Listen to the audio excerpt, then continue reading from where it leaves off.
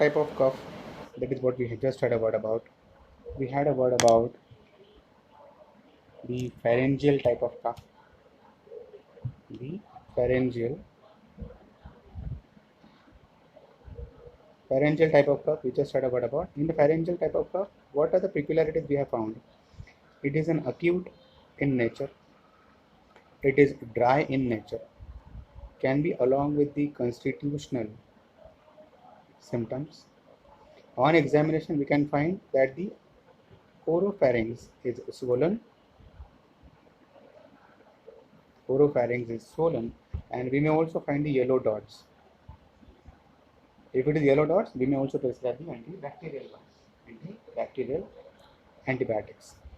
And the second type, what I was talking about, we have the tonsillar cough. That is what we had started, and the network disturbance. I was suspecting some network disturbance today because of the weather, but still, okay. So tonsillar cough. What are the additional? Remember, tonsillar cough is just like pharyngeal cough. But what are the additional findings we may get? Additional finding we may get, first of all, is most of the time, about 70 to 80% of the time, tonsillar cough is bacterial in nature.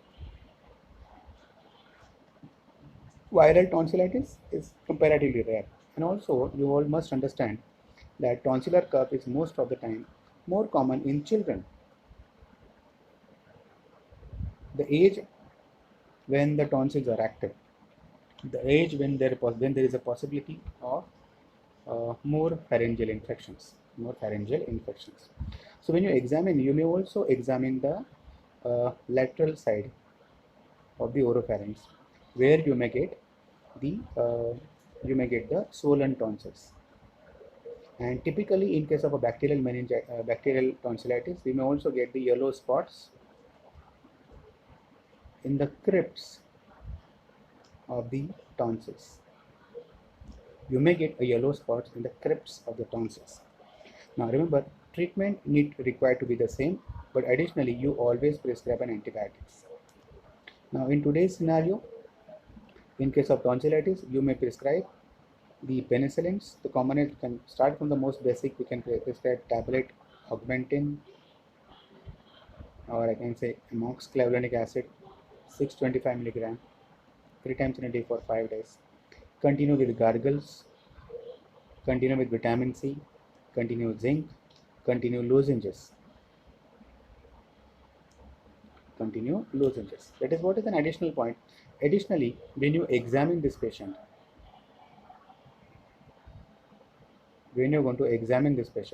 you require to also examine the lateral side of the neck, the gap between the Adam's apple, that is your voice box, and the sternomastoid muscle. In that particular gap, you will find that there will be a tenderness. That is what becomes a tonsillar type of cough. We also have, let's say, pharynx, by tonsil. We also have a laryngeal cough.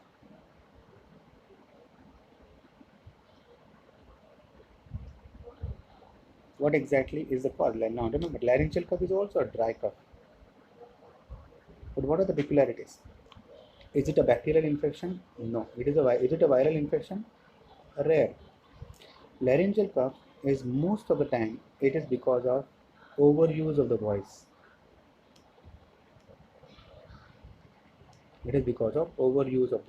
Patient may have a history of overuse of the voice.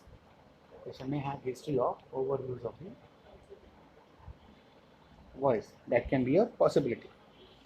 So what exactly are the clinical findings? First of all, do we have fever? Not possibility.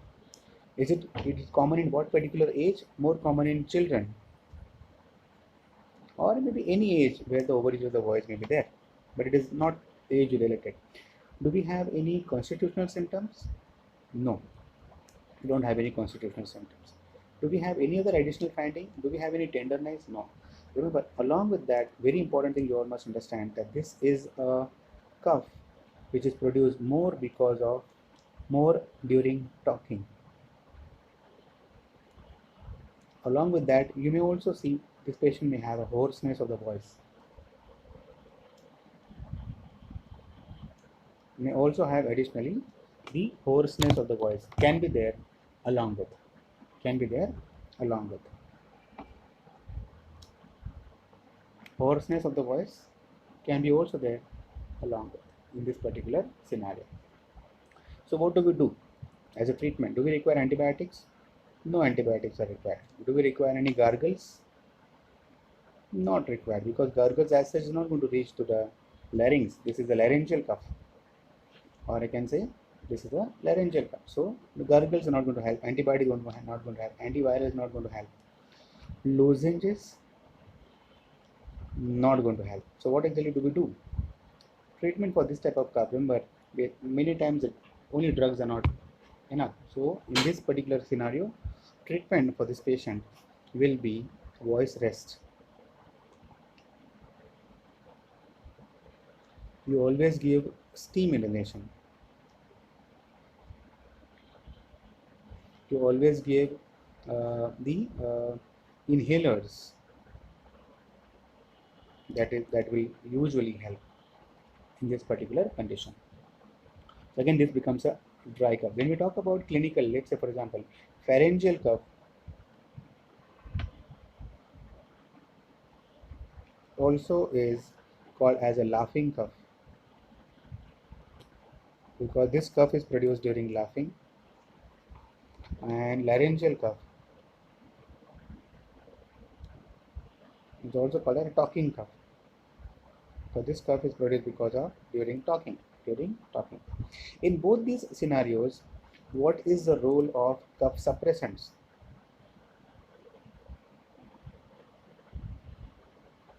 Remember, we have two types of remedies. I'm coming to that particular point right now. In cough remedy, we have symptomatic benefit के लिए we have cough suppressant, also called as an anti-tissues, and we also have an expectorant. That is what I'm coming to.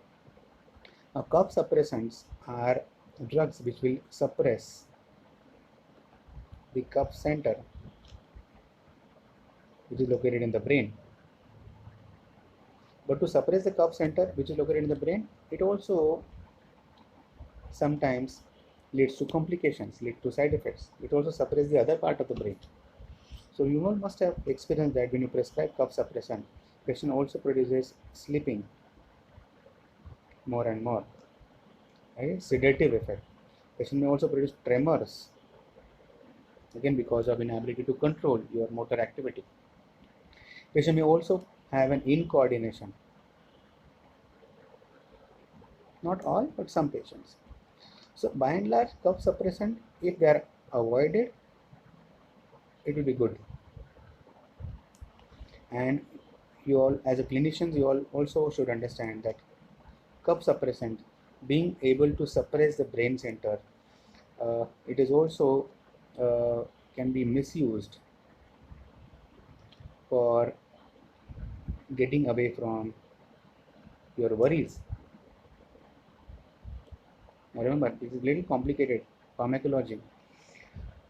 When it is going to suppress the brain, it is also going to suppress the extra thoughts. For example, when you are worried, what happens? Producing all extra thoughts. So these anti-tissue agents are also producing a effect which is commonly also called as antidepressant effect or anti-anxiety effect. Anti-anxiety effect. It is also has got a euphoric effect, because ultimately it's going to work with the brain, work on the brain. It's going to suppress some noxious center which is there in the brain. So if it is possible to avoid, we can avoid. But if you are supposed to prescribe, now what are the conditions in which you are supposed to prescribe cough suppressants? Remember, cough suppressants are always prescribed only for dry cough, not for the productive cough. If you are prescribing it for productive cough, it's going to produce more damage. So what are the options we have? We have an option called as you have dextromethorphan.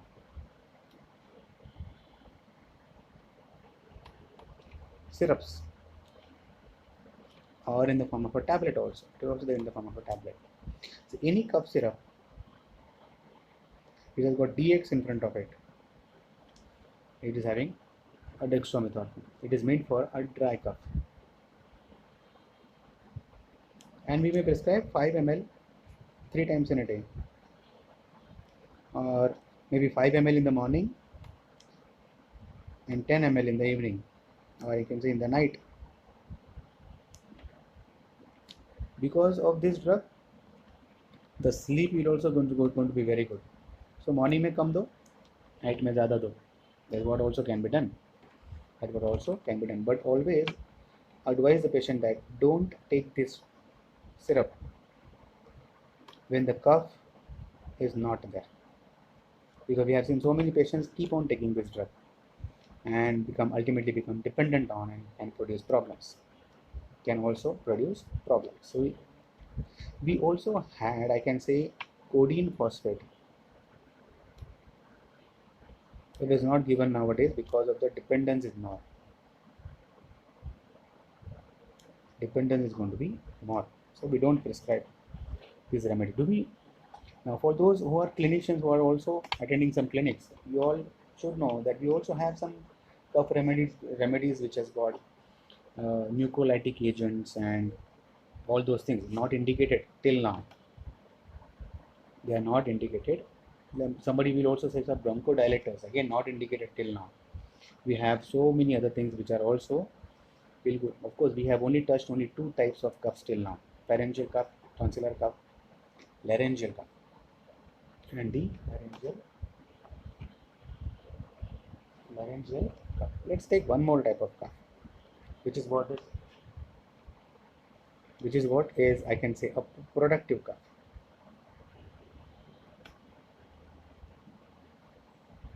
Now, as we know, we already have studied that productive cough has to come from bronchi.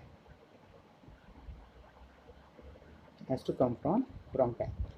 So first of all, the inflammation. Let's say, for example, again this has got 2 types: acute and chronic. Acute as well as chronic. So pay attention well, because the causes can be different in case of acute, causes can be different in case of chronic. Of course, ultimately this PDF is going to be sent to you, so don't try to write down anything, and just concentrate on the flow chart so that we can understand. So I can say acute, you can say acute bronchitis, and also we have chronic bronchitis. So acute bronchitis, what can be the causes? Acute bronchitis can be viral in nature, can be bacterial in nature. Acute bronchitis can also be because of irritation, acute irritation. But in this particular case, acute bronchitis, what are the symptoms patient is going to have? In case of viral and bacterial origin, patient is going to have cough with expectoration. But how will you identify viral from bacterial? Both are acute in nature. Now, by and large, you all must understand that viral infections are super acute than bacterial ones. Viral infection has got more constitutional symptoms than bacterial ones. But by and large, most of the time, patient is not going to tell you कि कितना constitutional symptom है and all those things. We differentiate with this by the type of cough, or I can say color of the cough. If it is white in nature, cough, or if it is yellow in nature, then we can differentiate whether it is a bacterial or viral. Now, wherever you see yellow, remember we talked about in pharyngeal cough, we have yellow spots, yellow dots. The reason for that was bacterial one. So yellow signifies bacteria. So yellow expectoration in acute one was an acute bacterial bronchitis. I think acute bronchitis. Whereas the sputum, which is white in color, I can say it is acute viral bronchitis. What are we supposed to do? Of course, patient is going to have constitutional symptoms just like pharyngeal coughs, but here we're going to have a sputum. So what exactly is the thing that is producing sputum, or I can say cough? Is it a viral infection or is it the expectoration being produced? Remember, as we talked in the beginning, when we have something that is obstructing the lungs, let's say you have bronchi here, and we have the mucus that is obstructing the bronchi. To expel this mucus, produce cough. So remember, in this particular case, not only I am supposed to treat the infection, but I will also have to remove this mucus, or I can say expectoration. So if it is viral, again, as we know, we don't require to give any, most of the times, antiviral drugs, except in case of pneumonia. And these days, because of corona, we are trying to give a lot of antibiotics which may help, but by and large, for a regular viral bronchitis, you don't have to prescribe any antiviral. What you have to do to expel that mucus out, in this case, I am going to prescribe the expectorants.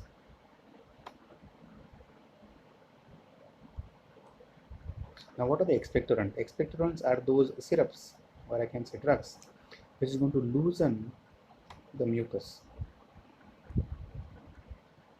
Is going to loosen the mucus so that it will be easily thrown out. Like for example, we have potassium iodide salts. We also have the mucolytic agents. We are supposed to prescribe mucolytic agents as well as along with that an expectorants. What are the examples of mucolytic agent? We have bromhexine, we have N-acetylcysteine,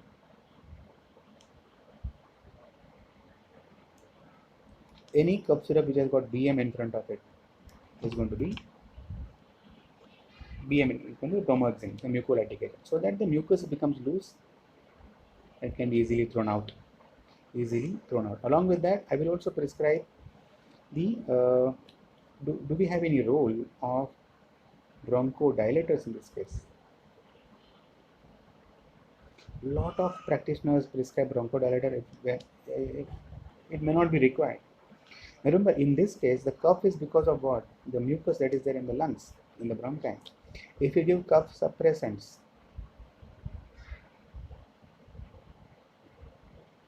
the mucus is going to get inspissated and could have been producing more problem. So never ever prescribe cough suppressants.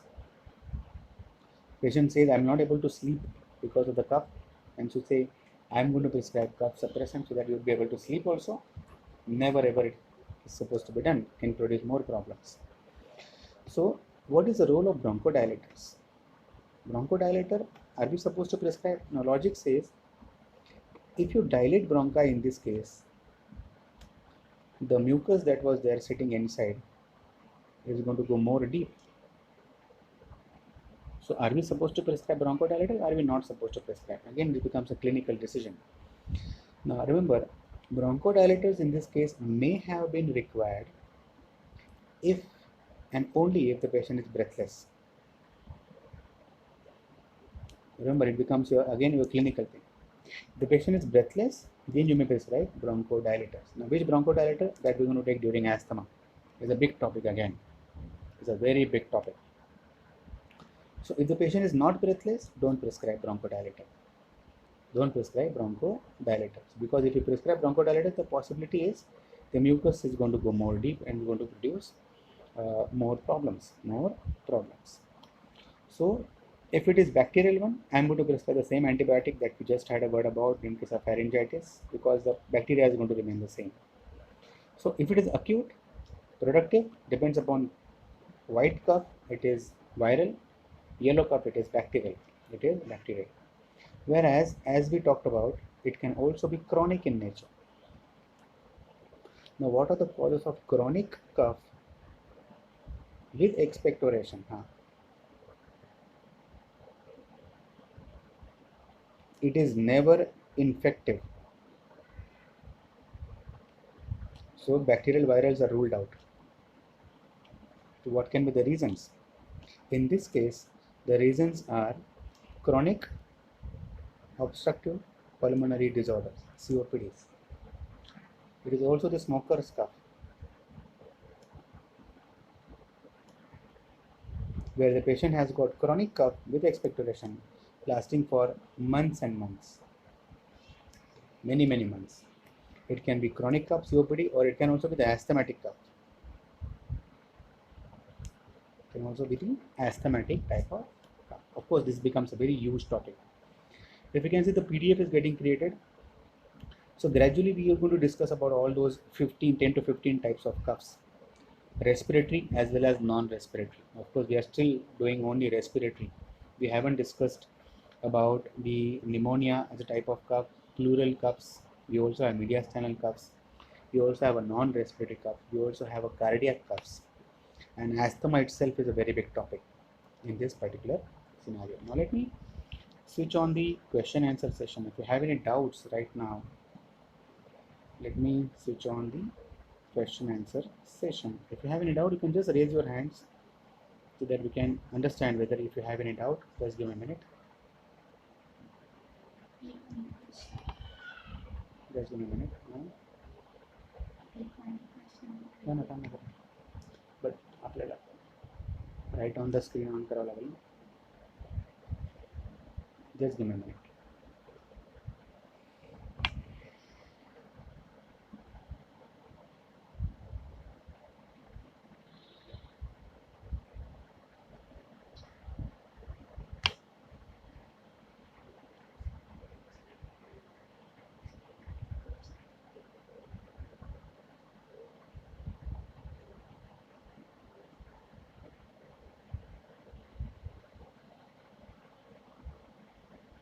Let me switch on. If you have any doubt, you can just raise your hands. Yes. Now, usually at the end of the session or even during the session also, because it's a demo, so I have muted all of you. But usually we keep the audio open so that you can discuss out. There is a question icon in your screen. If you have any questions, you can just click on that. That you will be able to entertain your doubt. If you have any doubt, if you have a question, you can just click on that. So that, and this usually at the end of the session, we usually keep a question answer session so that you all will be able to ask doubts as well as, so it becomes an experience of a live lecture. Usually we also keep you unmuted provided you all are there in a quiet place, because if you are there in a quiet place, because it's a live lecture, so your sound will be heard by all, and that can make a problem sometimes. So if you have any doubt right now, you can just click on the question. Of course, there are many more lectures will be required to complete just a cough as a symptom. Just a cough as a symptom, because COPD itself is a big topic. Then we have pneumonia as a big topic. Then we also have the other types of cough, like for example, we have tonsil, asthmatic cough, GI cough. Yes, Dr. Manjusha. Yes. Can you hear me, Dr. Manjusha? Yeah. Yes.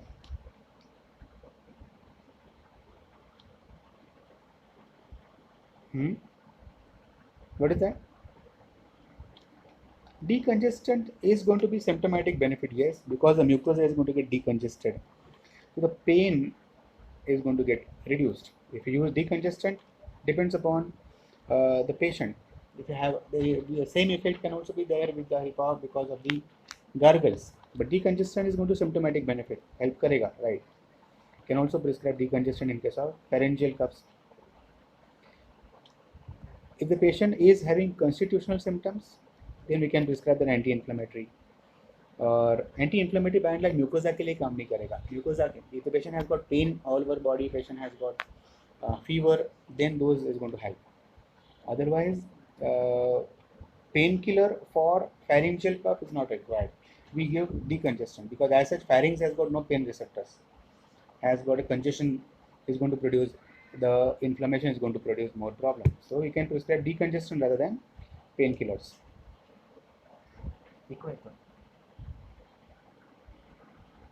Avil is not a decongestant. Avil is anti-allergic drug. We have phenylpropylamine, Dextropropoxyphen are the decongestants.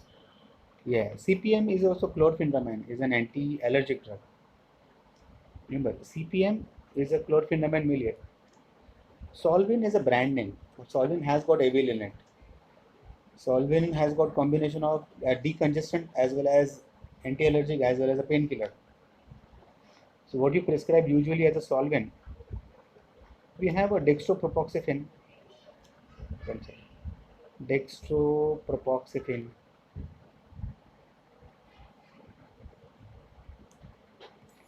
CPM is an anti-allergic drug. If you have a common cold along with, then it's going to help. Because common cold is because of the histamine that is being released in the nasal mucosa. So CPM by and large is not going to be helpful only in case of pure pharyngitis, unless and until there is an allergic component is there. If you have the allergic component, then CPM is not help. Same thing. Cetirizine said CPM comes in the same category. Yeah, same category. An anti-allergic. If you have common cold, if you have sneezing along with if you have rhinorrhea, then it's going to help more. Otherwise, purely for pharyngitis is not going to produce. वो common cold के लिए हम लोग देते हैं. Yes, because of that we have started these lectures, even the practitioner oriented, because these are not there in the books. No problem. Thank you, ma'am. Thank you so much. Yes, ma'am. Yes. Thank you, ma'am. Yes, Patil sir.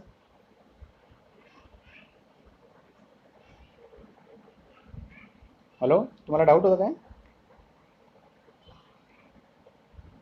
Okay, ठीक है. So good. So this is how the question answer session will go. Let me end the question answer session. Okay. Now I'm going to update the rest of the things on the group. We have two options available. We have a live online lecture just like this, as well as the recorded lectures. Now recorded lectures also are shared privately, which you will be able to see them in 24 hours. Each lecture schedule is going to remain the same, either a daily schedule in case of a crash course or a regular course में two lectures per week.